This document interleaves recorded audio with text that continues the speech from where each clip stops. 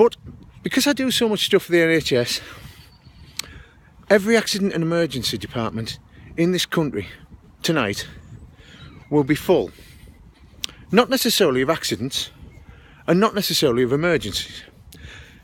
It's going to probably be full of a lot of drunks who've either, got into a bit of bother, been served when they were drunk, which of course is illegal. It is illegal to serve drunk people.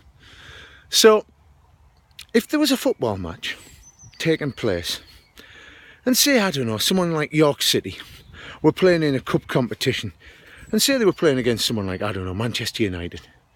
If they were playing at York, they would have to bring in loads of extra policing, loads of extra stewarding. Now, York wouldn't be paying for that. The football team would be paying for that. The football club would be paying for that. Because it's them that's benefiting from it. Now, when it comes to drunkenness on a weekend, every town in every city has the big gluts on the NHS on a weekend. And yet, they're not paying for this. People who are sat at home watching Ant and Dec, or just watching the telly, or having a nice night in, or even a nice night out, they're paying for it. Now that just seems to me ridiculous. And that's happening in every A&E department. All of these nurses that I talk to, they all say about 40%, 50% of what we're seeing on a weekend. And how intimidating is that on a weekend to have A&E departments full of that, if you're there for a genuine reason. A genuine reason. So there's another thing about the NHS which gets me, and that is so many people go when they don't need to. They really shouldn't. They should think, do I need to go there? It's accident and emergency. It's not, oh, I've been at work all week, I've got a bit of a tickly throat. Well, do you know what? My wife can look after the kids this morning. I'll bob down there because the door will be open. No, that's not what it's for. And it's not for people just to go with niggly little gripes.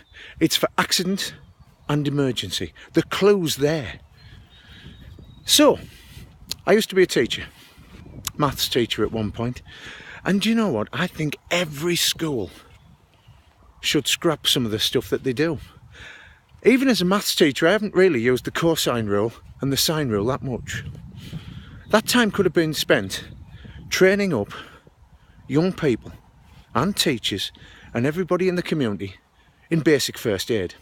That means any burn, any scald, any sprain, anything that needs patching up, if a wound needs washing and a bandage needs doing, that could be done. Why don't we do this? Because it seems to me the problem with the NHS is we're spending a lot of money on, we've got like a cliff and we're spending lots of money on ambulances at the bottom when people fall off. Why don't we think about putting fences at the top? That would make a big difference. So training up young people, everybody that's in a sports team, have everybody as a first aider, not just somebody with a sponge. We need to have everybody so they're aware, so that our accident and emergency departments can be used for accidents and emergency. Because some people think it's a magic porridge pot, but it's not. There's a limited amount of porridge, and it's for the three bears when they have an accident or emergency. It's not for Goldilocks when she's been out on the lash. Thank you very much.